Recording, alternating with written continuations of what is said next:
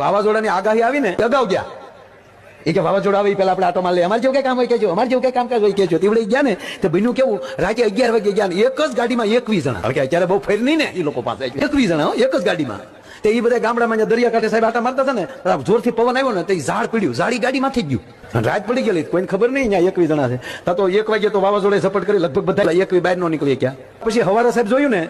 તો ઓલા ગાડીમાં દબાઈ ગયેલા એટલે ગામ બહુ ભાગશાળી ગામ હતું આમ બધા દયાળુ માણસો ઓહો આપણા ગામના ઝાપામાં 21 જણા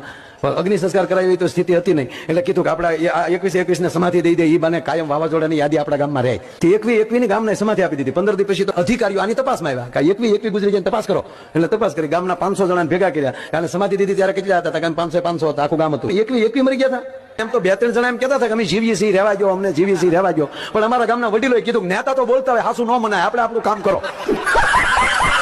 અમુક સીધું માથે મૂકી દીધો